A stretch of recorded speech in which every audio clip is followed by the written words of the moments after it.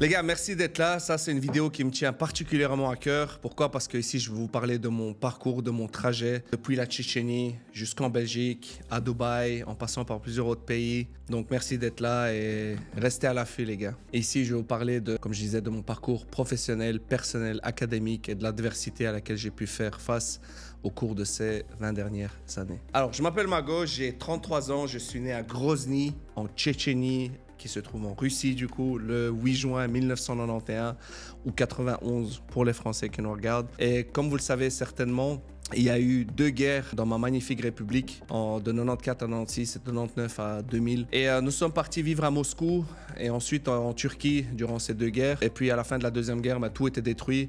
Quand elle s'est terminée, on a perdu nos maisons, nos biens, on a perdu... Voilà, tout était en ruine. Et alors, c'est là qu'on a décidé de venir nous installer en Belgique. Et c'était en 2000. Alors, en gros, nous avons pris le bus avec ma mère et mes deux petits frères. Mon père nous a rejoints quelques temps après parce qu'il devait mettre des papiers en ordre. En fait, on a pris le bus et c'était un chemin assez éprouvant. Et on a même failli se faire recaler à une frontière, mais ma mère avait donné les 200 $, les 200 derniers dollars qui nous restaient, et ils nous ont laissé passer. Et c'est là que l'aventure a pu continuer. Donc ici, je vais vous parler rapidement des défis qu'on a rencontrés concrètement, des différents obstacles auxquels on a pu faire face. En fait, quand on est arrivé en Belgique, on a directement été placé dans un camp militaire à Elsenborn. Les militaires, vous devez connaître cette base parce que vous faites une partie de votre formation là-bas. Et puis dans des camps de réfugiés comme le Petit Château à Bruxelles. Courage à tous ceux qui sont passés là-bas, ça n'a pas dû être facile, je sais. Ensuite, nouvelle langue, nouvelle culture. Tout était tellement différent comparé à chez nous, à la Tchétchénie. Et je me souviens même à l'école, la première fois que j'ai entendu parler français, j'ai dit à ma mère, c'est du chinois, jamais j'arriverai à maîtriser cette langue, c'est impossible. Et donc, on en est là aujourd'hui. J'ai commencé l'école primaire dans un petit village qui s'appelle Marlois, c'est dans la province du Luxembourg, en Belgique. Et certains autres enfants, enfin même la majorité, ils se moquaient de moi parce que je parlais pas français, j'avais du mal, j'étais fort réservé et ils se mettaient même en groupe. Je me souviens, il y a des mecs qui se mettaient en groupe, ils se battaient à 4-5 contre moi. Et je pense que les immigrés comme moi peuvent... can relate, tu vois. Ils peuvent comprendre, en gros. C'est too many languages, tu vois. Et donc, c'était pas tout rose, mais j'ai pris des cours de français avec des sœurs catholiques, parce que c'était une école catholique là-bas dans le village, et j'ai pris des cours avec des sœurs catholiques qui m'ont appris le français en 6 mois. Et là, j'ai commencé à péter des scores. J'étais meilleur en grammaire, en orthographe que 90% de ma classe, à un tel point que le prof même, il commençait à dire aux élèves, ouais, je vais tous vous prendre dans un bus, je vais vous emmener en Tchétchénie, peut-être que là-bas, au moins, vous allez bien performer, tu vois. Je me rappelle, monsieur Big up si vous êtes toujours en vie. Bref, tout a été très vite. J'ai fini l'école primaire. Ensuite, il y a eu 6 années d'école secondaire. En Belgique, c'est très simple. 3 années de maternelle, 6 primaires, 6 secondaires, 5 années d'unif. En France, vous avez un truc freestyle, CM1, EC2, bref, c'est des formules, votre parcours scolaire. Et donc, en secondaire, j'étais en option langue. J'avais allemand, espagnol, bref, toutes les langues. J'affectionne particulièrement les langues. Et donc, ensuite, là a commencé la descente. Je loupe une première année en droit. Mon père, il voulait qu'on devienne tous avocats. Il faut savoir que chez les parents d'immigrés, il y a, je crois, 4 emplois seulement, 4 jobs. C'est médecin, avocat, architecte, ingénieur. Il n'y a rien d'autre. Il n'y a que ça comme métier. Donc voilà, si tu dis, ouais, je fais des vidéos sur YouTube. Ah non, c'est des conneries. Bref. Et je rate ma première année en droit, deuxième année en droit. Ensuite, je rate des études de traducteur et interprétariat en russe-français à quelques points près, tu vois, à cause des cours comme économie et tout ça. A toujours été ma bête noire. Et donc, là, descente aux enfers, je sais pas quoi faire de ma life. Mon père, il me dit, ouais, tu vas rien faire, t'es un bon à rien. Je pense que je vais passer ma vie au chômage. Bref, vraiment, je me sentais très, très mal. Je savais pas quoi faire et j'étais au fond du trou. Et donc, j'ai décidé, après ces 3 échecs, de commencer à bosser en B2B, c'est-à-dire en business to business, en tant que commercial dans des produits digitaux, c'est-à-dire vente de sites web, référencement Google, enfin tout type pour des sociétés. Et je bossais dans la sécurité également les week-ends. Donc, je faisais le portier, quoi. Et alors, c'est là que j'entame en cours du soir un bachelier, donc c'est-à-dire un bac +3 en business international que je fais en parallèle de ces activités-là. Après une année, je laisse ce travail de commercial et je décide de commencer à bosser dans le secteur bancaire. Il faut savoir qu'en Belgique, pour travailler dans le secteur bancaire, il fallait avoir une certification de la Fédération belge des finances qui est la FEBELFIN Academy, qui se situe à Bruxelles. Et donc j'ai été sélectionné parmi, je sais pas moi, une cinquantaine de personnes. J'ai passé un examen d'entrée, j'ai réussi, je suis rentré, j'ai suivi une formation de plusieurs mois et j'ai passé 5 examens que j'ai également réussi. Donc c'était des examens très complexes sur les produits financiers et bancaires. Et donc une fois que ça s'est passé, j'ai commencé à bosser chez Belfius. C'était une très belle expérience. Mais après certains temps, voilà, Belfius, j'ai vu qu'il y avait des produits assurances aussi. Et donc, je me suis dit, tiens, pourquoi pas me lancer un peu dans les assurances également. Donc, je fais quoi? Naturellement, je passe des examens dans le secteur des assurances. J'ai des accréditations également. Et je commence à bosser chez un courtier en assurance. Oui, les khays, je sais, banque, assurance, c'est haram. Du coup, j'ai arrêté de bosser là-dedans. Je suis plus dans ce secteur. Et après 1 an et demi, je me sens un peu limité dans ce que je fais. Voilà, j'ai plus trop de goût à mon travail également. Et donc, j'ai besoin d'un nouveau challenge. Et du coup, je fais quoi? Je laisse tout tomber et je pars m'installer à Tenerife, dans les îles Canaries, avec comme but d'apprendre l'espagnol et de travailler dans le tourisme. J'arrive là-bas, j'avais déjà le français, l'anglais, le russe. Donc, beaucoup de touristes qui parlent ces 3 langues. Donc, c'était tout bénef pour travailler dans le secteur du tourisme. Voilà, après avoir bossé là-dedans, ben, écoute, à un moment, je me lasse également et je reviens en Belgique. Et là, à mon retour en Belgique, un ami policier me dit « Ah ouais, tu sais, j'ai commencé à bosser à la police, etc. » Léry. Big up. En gros, il me lance un challenge, il me dit vas-y, pourquoi t'essaierais pas? Je dis ok, je passe les examens et je suis pris. Donc je suis pris, je commence à bosser à la police. Enfin, je vais à l'académie. D'abord, il y a une académie pendant 1 an. Je passe les tests mais malheureusement, après quelques mois à l'académie de police, je me suis vite rendu compte que c'était assez limité, c'était beaucoup plus limitant que mes autres activités. C'est un métier difficile, d'ailleurs respect aux policiers là qui bossent et j'ai fait de très belles rencontres d'ailleurs que voilà, des gens que je croise souvent lors des contrôles routier ou autre. C'était pas vraiment ce que je voulais faire au final, je m'en suis rendu compte très vite. Et j'ai terminé mon bachelier, donc la licence, en cours du soir en business international et j'ai décidé de partir en working holiday, partir travailler en Australie à Sydney. Et je suis sûr que beaucoup d'entre vous ont déjà fait ça et ceux qui l'ont pas fait d'ailleurs, si vous terminez vos études ou que vous savez pas quoi faire de votre vie, faites-le, c'est une expérience incroyable. Vous allez être dépaysé, vous allez apprendre l'anglais, vous allez apprendre pas mal de choses, faire de magnifiques rencontres, donc allez-y. Et donc je pars m'installer à Sydney. Et je voyage également jusqu'à Gold Coast en voiture. Mais je voulais faire le tour de l'Australie et malheureusement le Covid, on a décidé autrement. Et donc là, en Australie, je fais énormément de choses différentes. J'ai fait déménageur, j'ai fait des burgers, j'ai vendu des burgers, tiens, à la sortie des boîtes là. J'ai fait des animations pour enfants. Enfin bref, j'ai tout essayé. Et en fait, après, il y a eu le fameux Covid. Et donc, j'avais le choix entre rester là et potentiellement être bloqué sans ressources parce qu'il n'y avait pas de travail, tout allait fermer, etc. Donc, il y avait un risque qui ferme vraiment tout comme en Europe ou bien retourner en Belgique. Et je voyais que les billets, l'aller commençait à être à 12 000 €. Donc, je me suis dit, je ne vais pas trop tarder. Et donc, j'ai fait un petit stop de quelques semaines en Thaïlande où, voilà, moi, je pratique les sports de combat et j'ai fait du Muay Thai là-bas. J'ai découvert la culture, etc. Donc, c'était incroyable.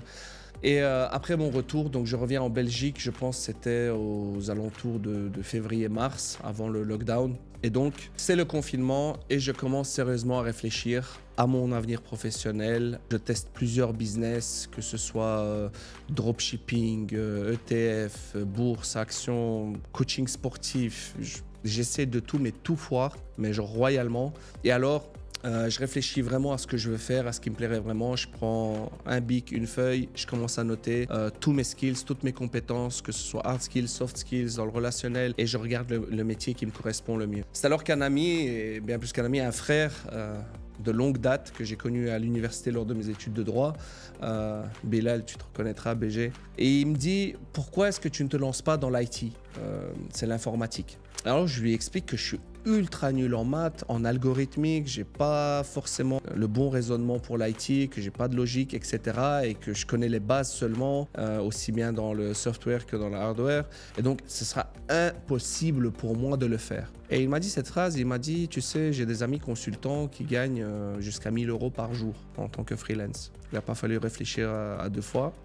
Le jour même, j'étais en train de chercher à me former dans l'informatique. Et donc le soir même, je cherche une formation qualifiante. Il faut savoir qu'en Belgique, il y a des formations qualifiantes pour un emploi qui dure 9 mois à 1 an. Et c'est des formations intensives de 9h à 17h. Et donc, je tombe sur une formation de IT Business Analyst qui dure 9 mois. Par contre, petit bémol, donc pour y accéder, il fallait, tu sais, tu as les requirements, donc ce qu'ils demandent pour accéder à cette formation. Et pour y accéder, il fallait soit avoir un master dans l'informatique, soit avoir une expérience probante professionnelle dans l'IT. Je n'ai bien sûr ni l'une ni l'autre. J'ai juste une licence, comme vous le dites en France, donc un bachelier en business international. Et j'aurais pu très bien m'arrêter là et me dire, OK, je n'ai pas ce qu'il faut, donc je ne le fais pas. Mais pas du tout, c'est pas le genre de la maison. Je m'inscris quand même, j'arrive au centre, je demande à parler à la responsable. Et histoire vraie, je la rencontre dans son bureau et je lui explique la situation. Mais attention, je me suis préparé à l'avance. Pendant une semaine ou deux, j'ai bouffé de l'IT via des vidéos YouTube. Je me suis renseigné sur le métier, je me suis renseigné sur ce qui est requis pour ce métier-là,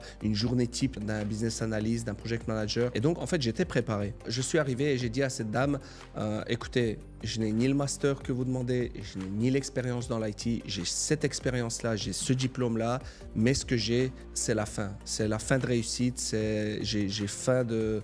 Voilà, je pense que mon discours lui a démontré que j'étais une personne ultra disciplinée, pas seulement sur les paroles, mais également sur mon parcours. Elle a bien vu que j'étais quelqu'un de déter et que j'allais arriver à mes fins. Et donc, je lui ai dit tout simplement que s'il me choisissait, je terminerais la formation, j'apprendrais tout ce qu'il faut apprendre et que je signerais un CDI avant la fin de la formation. Et c'est exactement ce que j'ai fait. Je signais une semaine avant un CDI en tant que business analyst chez Odoo, qui est un ERP, qui est en gros un logiciel de gestion d'entreprise, si vous voulez. Donc, je bosse 1 an chez eux, je fais mes armes, j'apprends un maximum et après 1 an, je trouve un poste de IT manager, donc IT project manager. C'est un peu différent. Là, c'est vraiment de la gestion de projet. Et donc, je trouve un poste de IT project manager chez WeLink, qui est un courtier en assurance. Je sais, les gars, haram, etc., riba, ouais, bref. Donc, je travaille 1 an chez eux, je fais mon expérience et là, je suis contacté par une entreprise internationale qui s'appelle Stellantis, qui vend des véhicules en fait et ils font également du leasing de véhicules. Et donc, je suis contacté par eux via LinkedIn pour bosser en tant que IT Country Manager et je saute sur l'occasion et je bosse chez eux donc en tant que IT Country Manager pour la gestion de tout le département IT en interne. Et il faut savoir qu'en parallèle à ça, avant de commencer chez Stellantis en tant que IT Manager, j'avais commencé un master en sciences de gestion que j'ai terminé ici récemment à l'université de Namur. Donc c'était un petit challenge en plus sympa que je m'étais fixé sur les 2 dernières années. Ça m'a appris énormément, mais n'oubliez pas que ce n'est pas les diplômes qui font la richesse, c'est votre personnalité, les skills que vous pouvez acquérir rapidement et votre audace, bien sûr. Mais donc, je continue d'évoluer en tant qu'IT manager, mais j'ai ce goût de trop peu.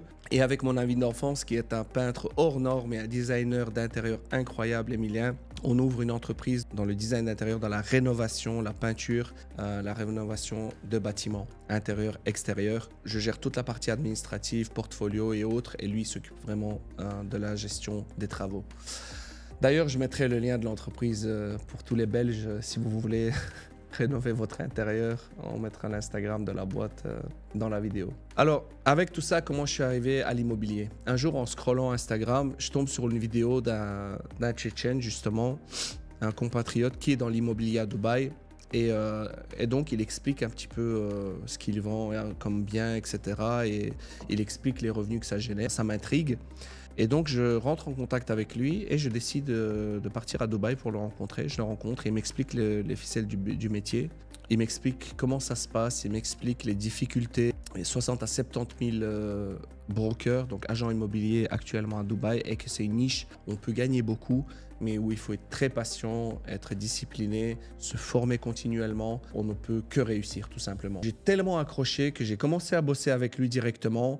On est devenus amis et c'est là que j'ai rapidement commencé à faire mes premières ventes. Et c'est là que je me suis dit, mais si j'y suis arrivé sans avoir de connaissances au préalable et en m'étant formé auprès de la bonne personne, pourquoi est-ce que des centaines, voire des milliers d'autres personnes ne pourraient pas le faire? Des gens qui ne savent pas forcément quoi faire ou qui ont envie de développer une activité en parallèle de la leur et gagner de l'argent, même depuis chez eux, en France, en Belgique ou au Canada ou peu importe. Et donc, d'ailleurs, c'est la raison pour laquelle j'ai créé cette chaîne en avril. C'est tout récent, en avril de cette année, et où je vous partage au quotidien tous les trucs et astuces pour évoluer dans ce métier. Alors, le mindset, on va parler un peu ici du rôle de ma mentalité, du mindset que j'ai eu, qui était crucial dans ma réussite. En gros, j'ai toujours su que j'allais faire du business. J'ai toujours su que je serais dans une activité qui touche au relationnel, où je devrais networker avec des gens. J'ai toujours été un vrai caméléon. J'ai su m'adapter aux personnes et aux différentes situations. J'ai également toujours su que j'ai toujours voulu devenir riche. Ça, c'est une certitude. Et vu que je viens d'une famille voilà, pauvre, classe moyenne, parce qu'on a tout perdu à la guerre, bah, j'ai toujours voulu avoir assez d'argent pour mettre ma famille à l'abri, pour jamais devoir me priver de quoi que ce soit. Et je pense que c'est le cas d'énormément de monde. J'ai toujours bossé jour et nuit, que ce soit au travail, sport, développement personnel, business, formation, études, peu importe. En fait, mon agenda a toujours été ultra surchargé. Et d'ailleurs, pour moi, une journée dans laquelle je n'ai pas un maximum de choses à faire, une journée bien remplie, ben, c'est une journée vide, sans goût et où je me sens un peu inutile, où je sens que je n'ai pas été productif tout simplement. Il faut savoir que, voilà, en tant que musulman, je suis musulman sunnite, comme tous les Tchétchènes. Il faut savoir que le fait d'être musulman a également joué un rôle important dans mon développement personnel et le fait toujours d'être discipliné et chercher à atteindre des objectifs et de les surpasser. Pourquoi? Tu vois, par exemple, dans l'islam, tu as les 5 prières quotidiennes. Tu dois être discipliné à des heures bien définies. Tu as également le mois de Ramadan. Tu as plein de choses, plein de piliers dans lesquels, en fait, si tu n'es pas discipliné, tu sors de la religion. Donc, en fait, ça a un impact direct sur le business également. Alors, je suis ultra heureux d'avoir eu toutes ces obligations car elles m'ont sans aucun doute forgé et fait de moi ce que je suis aujourd'hui. Ok, pour terminer cette vidéo, je vais vous donner quelques conseils à tous ceux qui souhaitent se lancer dans l'immobilier basés sur mon expérience perso. Alors, sachez que ce n'est pas facile. Des milliers de personnes essayent de le faire, mais n'y arrivent pas forcément. Mais si vous croyez que c'est un moyen facile et rapide de vous faire de l'argent, détrompez-vous. C'est totalement faux. C'est pas facile, ça va prendre du temps, ça peut prendre des mois jusqu'à atteindre sa première vente, mais il y a ce qu'on appelle l'effet cumulé. Et en fait, le fait de poster du contenu, d'être en contact constamment avec des gens, à un moment donné, ça va aboutir à une ou plusieurs ventes. Donc, il faut continuellement se former, travailler sans relâche, être discipliné, comme j'ai dit, au quotidien, avoir des objectifs à remplir, rester discipliné sur le long terme. Alors, vous savez, certains font leur première vente au bout de 6 mois, certains au bout d'une semaine, d'autres au bout d'un an. En fait, tout dépend de vous et de l'implication que vous avez. Comme je disais, est-ce qu'on peut devenir riche dans l'immobilier à Dubaï? Oui. Est-ce que tout le monde a les capacités de le faire? Oui. Est-ce que c'est facile? Non. En gros, en fait, on a tous 2 bras, 2 jambes, un cerveau. Et donc, sauf pour les handicapés, mais... On se moque pas des handicapés, mais t'as capté. Mais je suis sûr que même un handicapé physique qui a pas 2 bras, 2 jambes, mais qui a la volonté et la discipline de bosser, il va mieux réussir que toi là, sur ton divan, en train de manger des chips à longueur de journée, en train de regarder Netflix ou de jouer à Call of et qui fait rien de ta vie. Donc au final, c'est celui qui bosse le plus qui réussit. C'est ça le secret, les amis. Sur ce, terminé. On va pas enchaîner sur le blabla habituel, vous connaissez. Abonne, like, partage. Voilà les gars, c'est tout pour moi. À la prochaine dans une autre vidéo. Salam.